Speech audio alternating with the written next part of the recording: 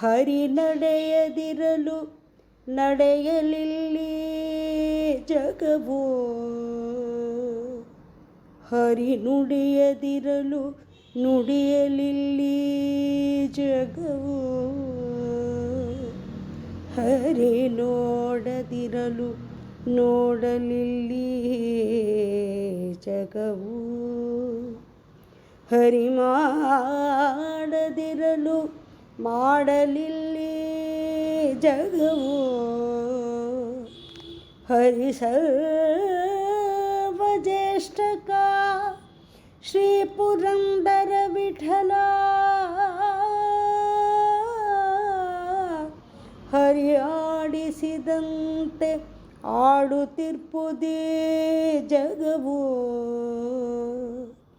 ಹರಿ ಆಡಿಸಿದಂತೆ ಆಡುತ್ತಿರ್ಪುದೇ ಜಗವು. ಓ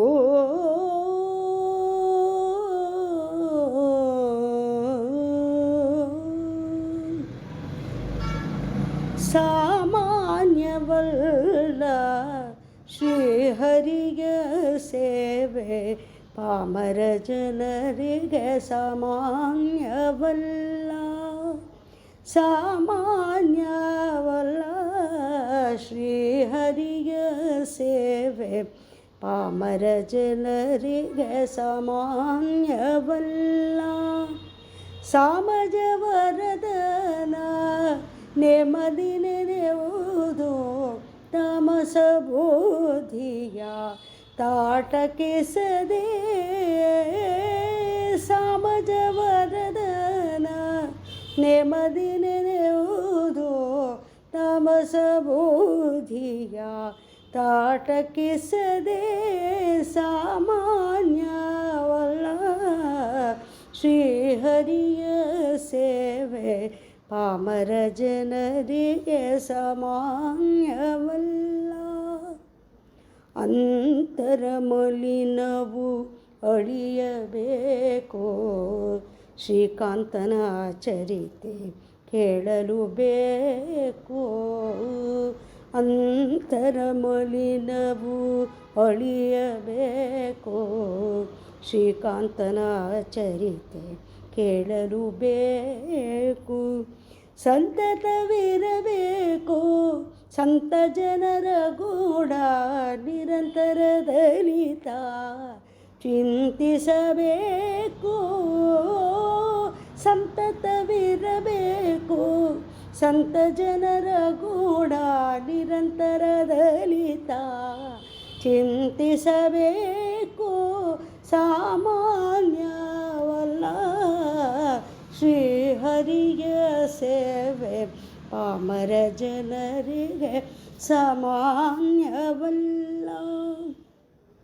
ಸರ್ವಾಂತರ್ಯಾಮಿ ಶ್ರೀಹರಿಯೆಂದು ಸರ್ವೇಶ್ವರನೆಂದು ಸ್ವರಮಣನೆಂದು, ಸರ್ವಾಂತರ್ಯಾಮಿ ಶ್ರೀಹರಿಯೆಂದು ಸರ್ವೇಶ್ವರನೆಂದು ಸ್ವರಮಣನೆಂದು,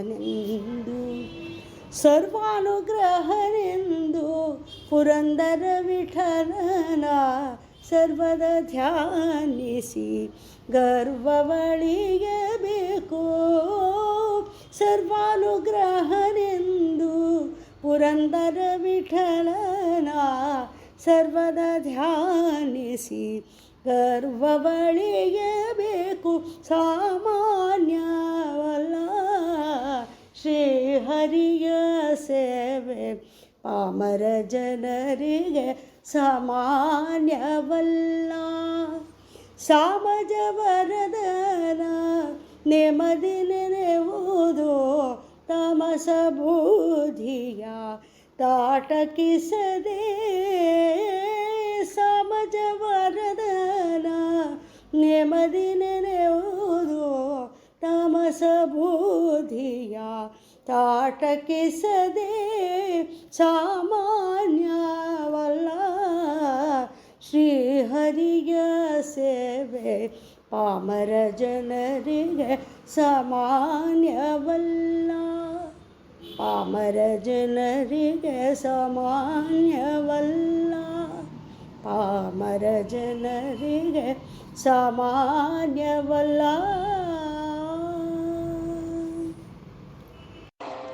ಶುಕ್ಲಾಂಬರಧರಂ ವಿಷ್ಣುಂ ಶಶಿವರ್ಣಂ ಚತುರ್ಭುಜಂ ಪ್ರಸನ್ನವದನಂ ಧ್ಯಾಯೇತ್ ಸರ್ವವಿಘ್ನೋಪಶಾಂತಯೇ. ಅಗಜಾನನ ಪದ್ಮಾರ್ಕಂ ಗಜಾನನಮಹರ್ನಿಶಂ ಅನೇಕದಂತಂ ಭಕ್ತಾನಾಂ ಏಕದಂತಮುಪಾಸ್ಮಹೇ. ತಮೇವ ಶರಣಂ ಗಚ್ಚ ಸರ್ವಭಾವೇನ ಭಾರತ. ತಸ್ಮಾದಾತ್ ತತ್ಪ್ರಸಾದಾತ್ ಪರಾಂ ಶಾಂತಿಂ ಸ್ಥಾನಂ ಪ್ರಾಪ್ಸ್ಯಸಿ ಶಾಶ್ವತಂ. ಇತಿ ತೇ ಜ್ಞಾನಮಾಖ್ಯಾತಂ ಗುಹ್ಯಾತ್ ಗುಹ್ಯತರಂ ಮಯಾ ವಿಮೃಶ್ಯೇತದಶೇಷೇಣ ಯಥೇಚ್ಛಸಿ ತಥಾ ಕುರು. ಸರ್ವಧರ್ಮಾನ್ ಪರಿತ್ಯಜ್ಯ ಮಾಮೇಕಂ ಶರಣಂ ವ್ರಜ. ಅಹಂ ತ್ವಾ ಸರ್ವಪಾಪೇಭ್ಯೋ ಮೋಕ್ಷಯಿಷ್ಯಾಮಿ ಮಾ ಶುಚಃ. ಅಂಬ ತ್ವಾಮನುಸಂದದಾಮಿ ಭಗವದ್ಗೀತೆ ಭವದ್ವೇಷಿಣಿ. ಇದುವರೆಗೆ ನಾವು ಭಗವದ್ಗೀತಾ ಜ್ಞಾನಾಭ್ಯಾಸದ 15ನೇ ಅಧ್ಯಾಯವಾದಂತಹ ಪುರುಷೋತ್ತಮ ಯೋಗದಿಂದ ಊರ್ಧ್ವಮೂಲ ಮದಶಾಖಾ ಎಂಬುದಾಗಿ ಪರಮಾತ್ಮನು ಆರಂಭಿಸಿದ ವ್ಯವಸ್ಥೆಯ ಲಕ್ಷಣಗಳನ್ನು ತಿಳಿದುಕೊಳ್ಳುವುದಕ್ಕಾಗಿ ಈ ದಿವ್ಯ ವ್ಯವಸ್ಥೆ, ಬ್ರಹ್ಮಾಂಡ, ಬ್ರಹ್ಮವಿದ್ಯೆ, ಯೋಗಶಾಸ್ತ್ರಗಳ ಪರಿಚಯವನ್ನು ಮೊದಲು ಮಾಡಿಸಿಕೊಟ್ಟ ಪರಮಾತ್ಮನು ವ್ಯವಸ್ಥೆಯನ್ನು ಹೇಗೆ ನಡೆಸಿಕೊಂಡು ಹೋಗುತ್ತಿರುವನು, ಈ ಬ್ರಹ್ಮಾಂಡಕ್ಕೆ ತಾನೇ ಒಡೆಯನಾಗಿ ಪಾಲಕನಾಗಿ ಹೇಗೆ ಕಾರ್ಯನಿರ್ವಹಿಸುತ್ತಿರುವುದನ್ನು ವರ್ಣಿಸಲಾರಂಭಿಸಿದೊಡನೆಯೇ ಮತ್ತೆ 2ನೇ ಅಧ್ಯಾಯವಾದ ಸಾಂಖ್ಯಯೋಗದಿಂದ ಭಗವಂತನ ಸಂಪೂರ್ಣ ಉಪದೇಶವನ್ನು ವ್ಯವಸ್ಥಾತ್ಮಕವಾಗಿ ಮತ್ತು ಪ್ರಯೋಗಾತ್ಮಕವಾಗಿ ಈ ವ್ಯವಸ್ಥೆಯೊಳಗೆ ಹೇಗೆ ಕಾರ್ಯನಿರ್ವಹಿಸುತ್ತದೆ ಎಂಬುದನ್ನು ತಿಳಿದುಕೊಳ್ಳುವುದಕ್ಕೋಸ್ಕರವಾಗಿ ಆರಂಭಿಸಿ 6 ಅಧ್ಯಾಯಗಳನ್ನು ಪ್ರತಿಯೊಬ್ಬ ವ್ಯಕ್ತಿಯ ದೇಹ ಮತ್ತು ದೇಹದೊಳಗಿನ ದೇಹಿ ಎಂಬ 2 ವಸ್ತುಗಳ ವಿಷಯದಲ್ಲಿ ತಿಳಿದುಕೊಳ್ಳುತ್ತಾ, ದೇಹವೆಂಬುದು ಹೇಗೆ ವಾಹಕವಾಗಿ ಪ್ರತಿ ದೇಹಿಗೂ ಸಾರ್ಥಕ ಜೀವನವನ್ನು ನಡೆಸಿಕೊಳ್ಳಲು ಅನುಕೂಲ ಮಾಡಿಕೊಡುತ್ತದೆ ಎಂಬುದನ್ನು ಕಲಿತುಕೊಂಡು, ದೇಹಿಯು ದೇಹದೊಡನೆ ತಾದಾತ್ಮ್ಯವನ್ನು ಹೊಂದುವುದರ ಬದಲು ದೇಹಿಯು ಆತ್ಮ ಪರಮಾತ್ಮನೊಡನೆ ತಾದಾತ್ಮ್ಯವನ್ನು ಹೊಂದಿದಾಗ ಹೇಗೆ ತ್ರಿಮೂರ್ತಿಗಳ ಸ್ತರಕ್ಕೂ ಏರಬಲ್ಲನು, ತಾನೇ ಭಗವಂತನಾಗಬಲ್ಲನು ಎಂಬುದನ್ನು ಪ್ರಯೋಗಾತ್ಮಕವಾಗಿ 6ನೆಯ ಧ್ಯಾನ ಯೋಗದಲ್ಲಿ ಕಲಿತುಕೊಂಡ ಮೇಲೆ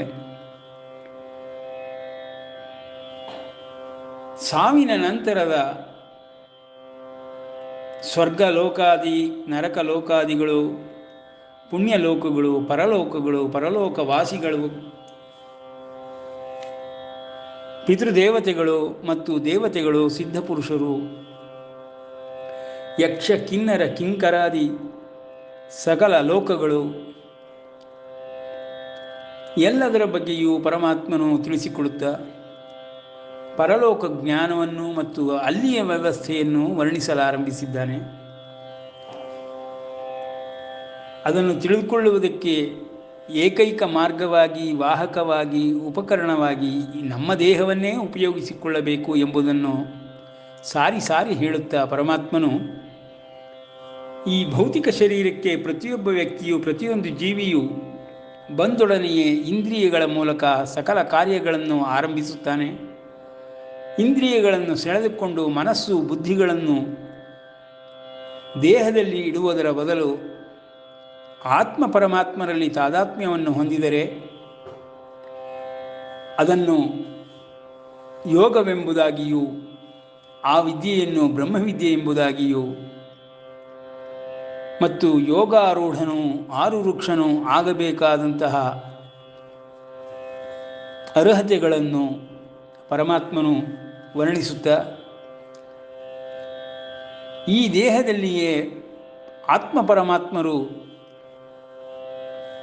ಅಧಿಭೌತಿಕ ಅಧಿದೈವಿಕ ಆಧ್ಯಾತ್ಮಿಕ ಹಾಗೂ ಅಧಿಯಜ್ಞಗಳಾಗಿ ಇರುತ್ತಾರೆ. ಅವರುಗಳಿಗೂ ಇದು ಪ್ರತಿಯೊಂದು ದೇಹವು ಕ್ಷೇತ್ರವಾಗಿ ಪರಿಣಮಿಸುತ್ತದೆ.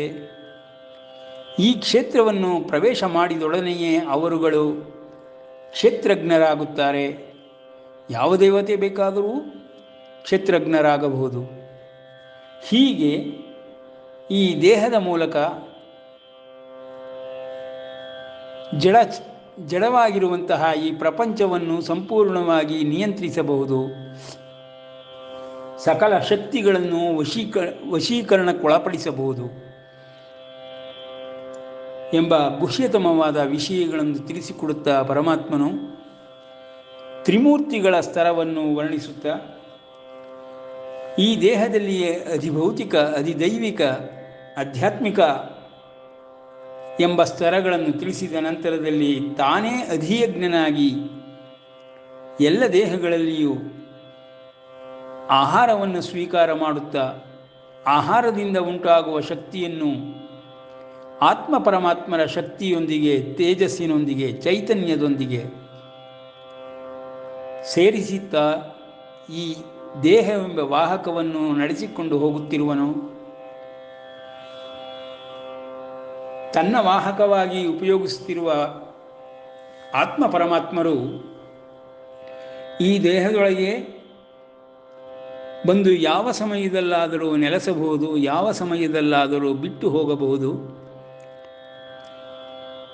ಎಲ್ಲವೂ ಸಪ್ತ ಚಕ್ರಗಳಲ್ಲಿ ಮತ್ತು ನಾಡಿಗಳಲ್ಲಿ ಅನಂತ ಶಕ್ತಿಯು ಕಾರ್ಯನಿರತವಾಗಬಹುದು ಎಂಬುದನ್ನು ಯೋಗಾಭ್ಯಾಸದಿಂದ ಅನುಭವಿಸಬಹುದು ಎಂದು ತಿಳಿಸಿಕೊಟ್ಟ ಪರಮಾತ್ಮನು ಈಗ ಅಕ್ಷರ ಬ್ರಹ್ಮಯೋಗವನ್ನು ವಿಶದವಾಗಿ ವಿವರವಾಗಿ ತಿಳಿಸಿಕೊಡುತ್ತಿದ್ದಾನೆ.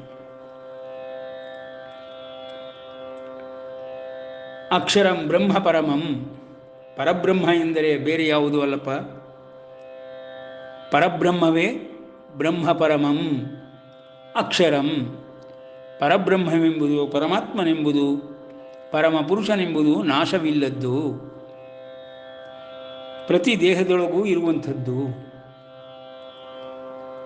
ಆ ಸ್ಥಾನವನ್ನು ಅದು ಆಕ್ರಮಿಸಿಕೊಳ್ಳುವಂತಹ ಶಕ್ತಿಯನ್ನು ಪಡೆದುಕೊಂಡಿರುವಂಥದ್ದು.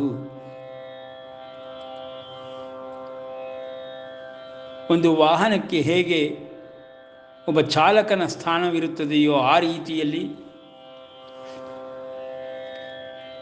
ಇಂದಿನ ಕಾಲದಲ್ಲಿ ಚಾಲಕರಿಲ್ಲದೆ ನಡೆಯುವಂತಹ ವಾಹನಗಳು ಉಂಟಾಗಿವೆ.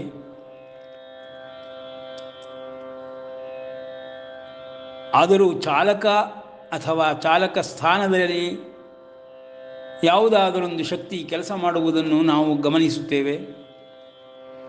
ಈ ರೀತಿ ಈ ದೇಹವೆಂಬ ವಾಹನವನ್ನು ನಡೆಸಿಕೊಂಡು ಹೋಗುತ್ತಿರುವಂತಹ ಆತ್ಮ ಪರಮಾತ್ಮರೇ ಚಾಲಕರಾಗಿರುವಂತಹ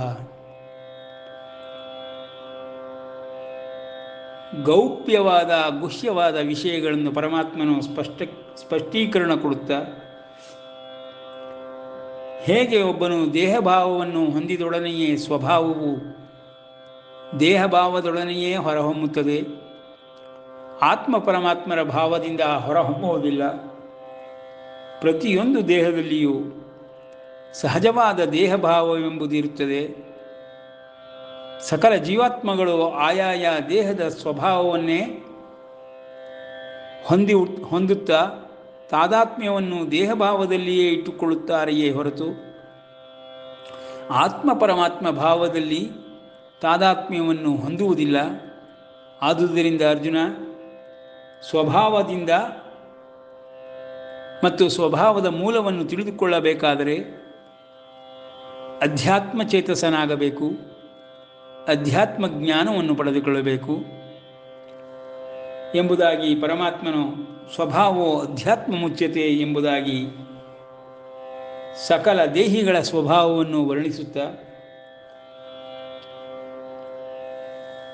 ಅಂತ್ಯಕಾಲದಲ್ಲಿ ಈ ದೇಹವನ್ನು ಬಿಡುವಂಥವನು ಈ ದೇಹದ ಮೇಲೆ ನಿಯಂತ್ರಣವನ್ನು ಇಟ್ಟುಕೊಂಡಿದ್ದಾದರೆ ಯೋಗ ಮಾರ್ಗದಿಂದಾಗಲಿ ಭಕ್ತಿ ಮಾರ್ಗದಿಂದಾಗಲಿ ಆತ್ಮ ಪರಮಾತ್ಮರ ಆಶ್ರಯದಿಂದಾಗಲಿ ಆಕರದಿಂದಾಗಲಿ ಆಧಾರದಿಂದಾಗಲಿ ಈ ದೇಹವನ್ನು ಬಿಟ್ಟು ಹೋಗುವಂತಹ ಸನ್ನಿವೇಶದಲ್ಲಿ ಮನಸ್ಸು ಬುದ್ಧಿಗಳು ಸದಾಕಾಲ ಇಂದ್ರಿಯ ಮತ್ತು ದೇಹದಲ್ಲಿ ಇರುವುದರಿಂದ ಅದನ್ನು ಸೆಳೆದುಕೊಂಡು ಆತ್ಮ ಪರಮಾತ್ಮನಲ್ಲಿ ಯಾರು ನಿಲ್ಲಿಸುತ್ತಾನೆಯೋ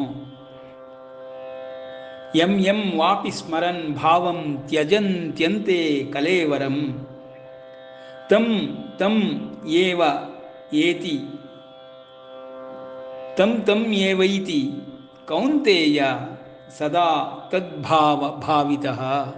ಆತ್ಮ ಪರಮಾತ್ಮರ ಭಾವದಲ್ಲಿಯೇ ತಾದಾತ್ಮ್ಯವನ್ನು ಹೊಂದಿದಾಗ ಅವರು ನನ್ನ ಭಾವವನ್ನೇ ಹೊಂದಿರುತ್ತಾರೆ.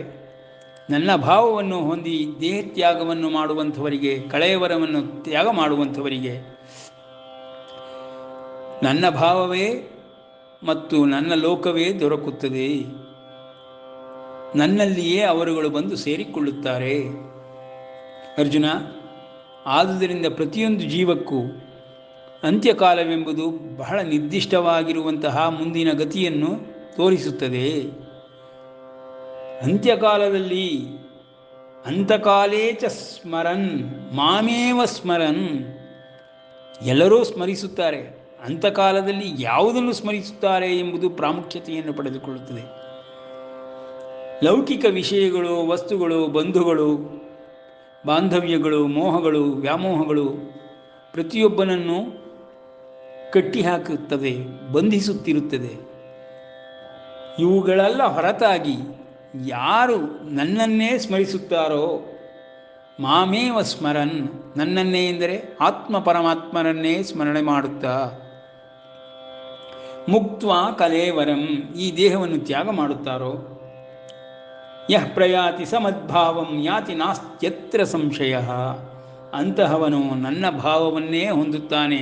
ಅರ್ಜುನ, ಇದರಲ್ಲಿ ಕಿಂಚಿತ್ತೂ ಸಂಶಯವನ್ನು ಹೊಂದಬೇಡ. ಅವರು ನನ್ನವರೇ ಆಗುತ್ತಾರೆ, ನನ್ನಲ್ಲಿಯೇ ಸೇರಿಕೊಳ್ಳುತ್ತಾರೆ ಎಂಬುದಾಗಿ ಇನ್ನೂ 2 ಶ್ಲೋಕಗಳನ್ನು ಪರಮಾತ್ಮನು ಅಭಯ ವಾಕ್ಯಗಳನ್ನು ಕೊಡುವ ಮೂಲಕ ಹೇಳುತ್ತಾನೆ. ಯಂ ಯಂ ವಾಪಿ ಸ್ಮರನ್ ಭಾವಂ ತ್ಯಜಂತ್ಯಂತೆ ಕಲೇವರಂ ತಂ ತಮೇವೈತಿ ಕೌಂತೇಯ ಸದಾ ತದ್ಭಾವ ಭಾವಿತಃ ತಸ್ಮಾತ್ ಸರ್ವೇಷು ಕಾಲೇಷು ಮಾಮನುಸ್ಮರಯುಧ್ಯ ಚ ಮಯ್ಯರ್ಪಿತ ಮನೋಬುದ್ಧಿ ಮಾಮೇವೈಷ್ಯ ಅಸ್ಯ ಅಸಂಶಯ. ಇಲ್ಲಿ ಸಂಶಯವೇ ಇಲ್ಲದಂತೆ ಇರುವುದು ಅಸಂಶಯ. ಅಸಂಶಯವುಳ್ಳವನಾಗುತ್ತಾನೆ, ಸಂಶಯವೇ ಇಲ್ಲವದನವನಾಗುತ್ತಾನೆ.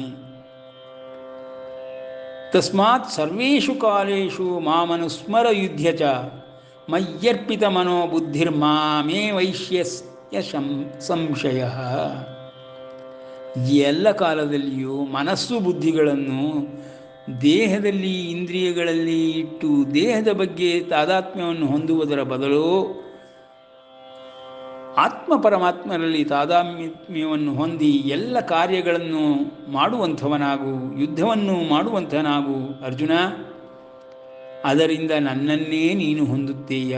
ಕಾರಣವೇನೆಂದರೆ ಅಂತಕಾಲೇಷು ತಸ್ಮಾತ್ ಸರ್ವೇಷು ಕಾಲೇಷು ಮಾಮನುಸ್ಮರ ಯುಧ್ಯ ಚ. ಲೋಕಾರೂಢಿಯಲ್ಲಿ ಎಲ್ಲರೂ ಹೇಳುವುದಿದೆ. ಎಲ್ಲ ತಾಯಿ ತಂದೆಗಳು ಪರಮಾತ್ಮ, ದೇವರು, ದೇವಸ್ಥಾನ, ಸ್ವಾಮಿಗಳು, ಮಂದಿರ, ಮಠ ಇವುಗಳಿಗೆ ಹೋಗುವುದಲ್ಲ. ಅದಕ್ಕೆ ಕಾಲ ಬರುತ್ತದೆ. ಈಗ ವಿದ್ಯೆಯನ್ನು ಕಲಿತು ಧನಾರ್ಜನೆಯನ್ನು ಮಾಡಬೇಕು. ಸಂಸಾರವನ್ನು ತೂಗಿಸಿ ಯಾವಾಗ ಸನ್ಯಾಸಾಶ್ರಮವನ್ನು ತೆಗೆದುಕೊಳ್ಳುವುದಕ್ಕಾಗಿಯೇ ಇರುವಂತಹ ವಾನಪ್ರಸ್ಥಾಶ್ರಮವನ್ನು ನೀನು ತಲುಪುತ್ತೀಯೋ, ಆ ವಾನಪ್ರಸ್ಥಾಶ್ರಮದ ಪ್ರವೇಶವನ್ನು ಮಾಡುವ ಸಮಯದಲ್ಲಿ ನೀನು ಈ ಯೋಗಾಭ್ಯಾಸಗಳನ್ನಾಗಲಿ ದೈವ ಭಕ್ತಿಯನ್ನಾಗಲಿ ದೇವಸ್ಥಾನ ದೇವಾದಿ ಮಂದಿರ ಮಠಗಳನ್ನಾಗಲಿ ಅಥವಾ ಭಕ್ತಿ ಮಾರ್ಗವನ್ನಾಗಲಿ ಹೊಂದಬಹುದೋ ಅಲ್ಲಿಯವರೆಗೂ ಸಂಸಾರದಲ್ಲಿಯೇ ಸಂಸಾರದ ಚಿಂತನೆಯಲ್ಲಿಯೇ ಇರಬೇಕು ಎಂಬುದಾಗಿ ಎಲ್ಲ ತಾಯಿ ತಂದೆಗಳು ಹೇಳುವುದೇನು, ಪ್ರತಿಯೊಂದು ಜೀವವೂ ಆ ದಿಶೆಯಲ್ಲಿಯೇ ಯೋಚನೆ ಮಾಡುತ್ತಾ ತನ್ನ ಒಂದು ಜೀವನವನ್ನು ರೂಪಿಸಿಕೊಳ್ಳುವುದಕ್ಕೆ ಬಾಲ್ಯದಿಂದಲೂ ಪ್ರಯತ್ನ ಪಡುತ್ತಿರುತ್ತಾನೆ. ಗತಾನುಗತಿಕೋ ಲೋಕಃ ನ ಲೋಕಃ ಪಾರಮಾರ್ಥಿಕಃ ಎಂಬ ನಾಣ್ಣುಡಿಯಂತೆ ಪ್ರತಿ ಜೀವಿಯು ತನ್ನ ಜೀವನವನ್ನು ನಡೆಸಿಕೊಂಡು ಹೋಗುವ ವಿಷಯದಲ್ಲಿಯೇ ಚಿಂತಿಸುತ್ತಿರುತ್ತಾನೆಯೇ ಹೊರತು ತನ್ನ ಜೀವಿತ ಕಾಲದಲ್ಲಿಯೇ ತನ್ನ ದೇಹದಿಂದ ತಾನು ಸಾರ್ಥಕ್ಯವನ್ನು ಪಡೆದುಕೊಳ್ಳಬಹುದು ಎಂಬುದಾಗಿ ಆಲೋಚಿಸುವುದೇ ಇಲ್ಲ. ಆದ ಕಾರಣ ಅರ್ಜುನ, ಸಾಯುವ ಸಮಯದಲ್ಲಿ ತಾನೇ ನಿನ್ನ ಚಿಂತನೆಯನ್ನು ಮಾಡಬೇಕು ಕೃಷ್ಣ. ಅಲ್ಲಿಯವರೆಗೂ ಏನು ಕಷ್ಟವಾಗುವುದಿಲ್ಲ. ಆದ ಕಾರಣದಿಂದ ನಾನು ಸಾಯುವ ಸಮಯದಲ್ಲಿ ಮಾತ್ರ ಇವುಗಳನ್ನೆಲ್ಲವನ್ನು ಅನುಷ್ಠಾನಗೊಳಿಸುತ್ತೇನೆ ಎನ್ನುವುದು ತಪ್ಪಾಗುವುದು. ಆದ ಕಾರಣ ಎಲ್ಲ ಕಾಲದಲ್ಲಿಯೂ ನನ್ನನ್ನೇ ಸ್ಮರಿಸುತ್ತಾ ತಸ್ಮಾತ್ ಸರ್ವೇಷು ಕಾಲೇಷು ಮಾಮನುಸ್ಮರ ಯುಧ್ಯ ಚ. ಹಿಂದಿನ ಶ್ಲೋಕದಲ್ಲಿ ಪರಮಾತ್ಮನು ಯಂ ಯಂ ವಾಪಿ ಸ್ಮರನ್ ಭಾವಂ ತ್ಯಜಂತ್ಯಂತೆ ಕಲೇವರಂ ಎಂಬುದಾಗಿ ಅಂತ್ಯಕಾಲದಲ್ಲಿ ಸ್ಮರಣ ಶಕ್ತಿಯನ್ನು ಆಧರಿಸಿ ಯಾವ ವ್ಯಕ್ತಿಯು ನನ್ನನ್ನೇ ಆಧರಿಸುತ್ತಾನೋ ಆಶ್ರಯಿಸುತ್ತಾನೋ ಅವನು ನನ್ನ ಭಾವವನ್ನೇ ಹೊಂದುತ್ತಾನೆ ಎಂದು ಹೇಳಿದಾಗ್ಯೂ ಹಾಗೆಂದು ಕೊನೆಯ ಕಾಲಕ್ಕಾಗಿ ಕಾಯ್ದು ಕುಳಿತುಕೊಳ್ಳುವ ಅವಶ್ಯಕತೆ ಇಲ್ಲ ಅರ್ಜುನ. ಸರ್ವಕಾಲದಲ್ಲಿಯೂ ನನ್ನನ್ನೇ ಸ್ಮರಣೆ ಮಾಡುತ್ತಲಿದ್ದರೆ ಅಂತ್ಯಕಾಲದಲ್ಲಿಯೂ ನನ್ನ ಸ್ಮರಣೆ ಬಂದೇ ಬರುತ್ತದೆ. ಇದರಿಂದ ನಾವು ಒಂದು ಅಜಾಮಿಳ ಚರಿತ್ರೆಯನ್ನು ಜ್ಞಾಪಕ ಮಾಡಿಕೊಳ್ಳಬಹುದು. ಅಜಾಮಿಳನು ಅಂತ್ಯಕಾಲದಲ್ಲಿ ಭಗವಂತನ ಸ್ಮರಣೆಯನ್ನು ಮಾಡಬೇಕೆಂಬ ಉದ್ದೇಶವಿಲ್ಲದಿದ್ದಾಗ್ಯೂ ಅವನ ಬಾಯಿಂದ ಬಂದ 4 ಅಕ್ಷರಗಳು, ನಾರಾಯಣ ಎಂಬ 4 ಅಕ್ಷರಗಳು, ಬೀಜಾಕ್ಷರಗಳು, ಮಂತ್ರಾಕ್ಷರಗಳು ಅವನನ್ನು ವಿಷ್ಣು ಭಾವವನ್ನೇ ಹೊಂದುವಂತೆ ಮಾಡುತ್ತದೆ. ಆ ರೀತಿ ಅಂತ್ಯಕಾಲದಲ್ಲಿ ಜಿಂಕೆಯನ್ನೇ ಸ್ಮರಣೆ ಮಾಡುತ್ತಾ ಜಿಂಕೆ ಮತ್ತು ಮರಿಯನ್ನು ಕಾಪಾಡುವುದಕ್ಕಾಗಿ ಅದರ ಧ್ಯಾನದಲ್ಲಿಯೇ ಇದ್ದಂತಹ ಜಡಭರಿತನ ಚರಿತ್ರೆಯನ್ನು ನಾವು ಕಾಣಬಹುದು.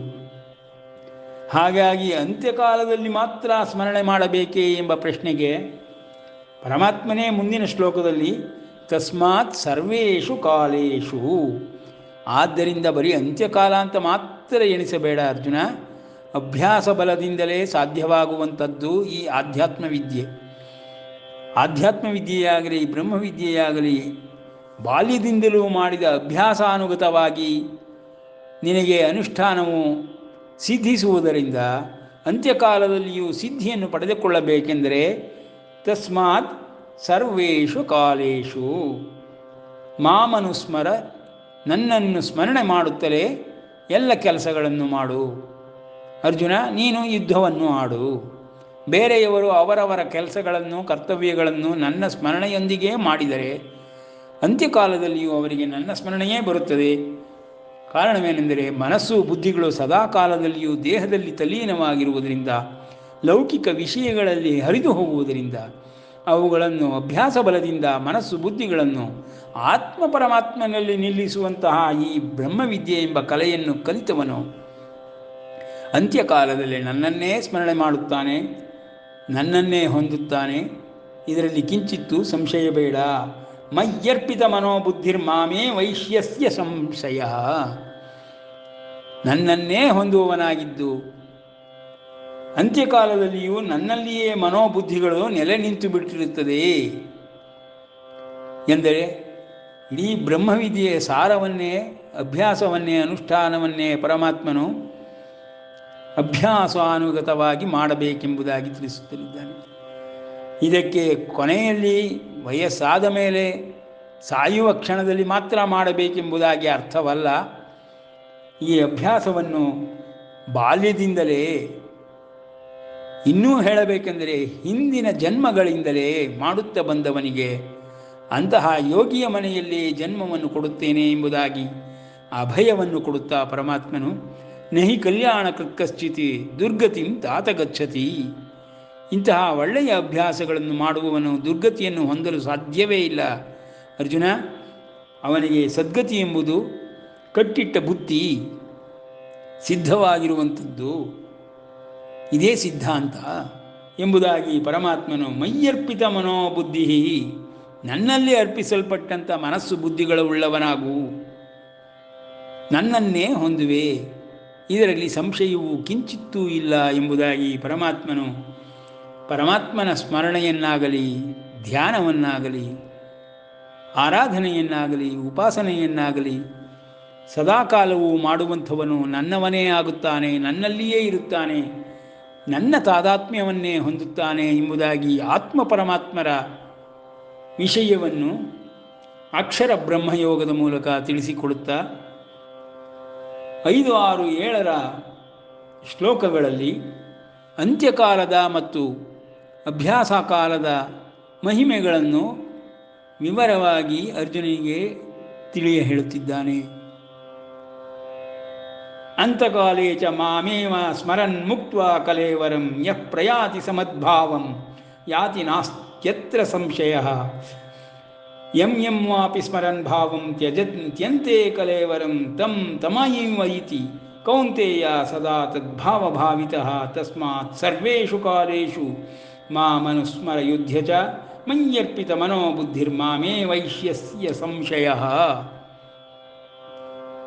ಎಂಬುದಾಗಿ ಅಂತ್ಯಕಾಲದಲ್ಲಿ ಮಹಾಯೋಗಿಗಳು, ಮಹಾಭಕ್ತರು ಎಲ್ಲರೂ ನನ್ನನ್ನೇ ಹೊಂದಿದ್ದಾರೆ, ಯೋಗ ಸಂಸಿದ್ಧಿಗಳನ್ನು ಪಡೆದವರಾಗಿರುತ್ತಾರೆ. ಉದಾಹರಣೆಯಾಗಿ ನಾವು ಈ ಕಾಲದಲ್ಲಿ ಕೇಳಿದಂತೆ, ನೋಡಿದಂತೆ ಗುರು ರಾಘವೇಂದ್ರರಾಗಲಿ, ತ್ಯಾಗರಾಜರಾಗಲಿ, ಸಮರ್ಥ ರಾಮದಾಸರಾಗಲಿ, ಮಹನೀಯರಾದಂತಹ ಎಲ್ಲ ಭಕ್ತಾದಿಗಳು ಪರಮಾತ್ಮನ ಭಾವವನ್ನೇ ಹೊಂದುತ್ತಾ ಇಹಲೋಕದಿಂದ ಮುಕ್ತಿಯನ್ನು ಪಡೆದು ಪರಲೋಕಗಳಲ್ಲಿ ಅತ್ಯಂತ ಶ್ರೇಷ್ಠತಮವಾದ ಪರಮ ಪದವಿಯನ್ನು ಶ್ರೀಕೃಷ್ಣನ ಹಾಗೂ ಮಹಾವಿಷ್ಣುವಿನ ಭಾವವನ್ನೇ ಹೊಂದುತ್ತಾ ಮಯ್ಯರ್ಪಿತ ಮನೋಬುದ್ಧಿರ್ಮಾಮೇ ವೈಶ್ಯಸ್ಯ ಸಂಶಯ ಎಂಬ ಪರಮಾತ್ಮನ ಮಾತುಗಳನ್ನು ಆಗಾಗ್ಗೆ ಬಂದು ತಮ್ಮ ಜೀವಿತ ಕಾಲದಲ್ಲಿಯೇ ಸಾಧನೆಗಳನ್ನು ಮಾಡುತ್ತಾ ತೋರಿಸುತ್ತಾ ಈ ಭರತ ಭೂಮಿಯಲ್ಲಿ ಅನೇಕಾನೇಕ ಬ್ರಹ್ಮವಿದ್ಯಾ ಪಾರಂಗತರು, ಅನುಷ್ಠಾನಗಳು, ಪ್ರಾತಸ್ಮರಣೀಯರು ಆದಂಥ ಮಹಾಭಕ್ತರುಗಳು ಜೀವನ ಮಾಡಿದಂತಹ ಪುಣ್ಯಕ್ಷೇತ್ರವಾಗಿ ಭಾರತ ವರ್ಷವನ್ನೇ ನಮ್ಮಗಳಿಗೆ ಬಿಟ್ಟು ಹೋಗಿದ್ದಾರೆ ಎಂಬುದಾಗಿ ವಿರಮಿಸೋಣ. ಶ್ರೀಕೃಷ್ಣಾರ್ಪಣಮಸ್ತು.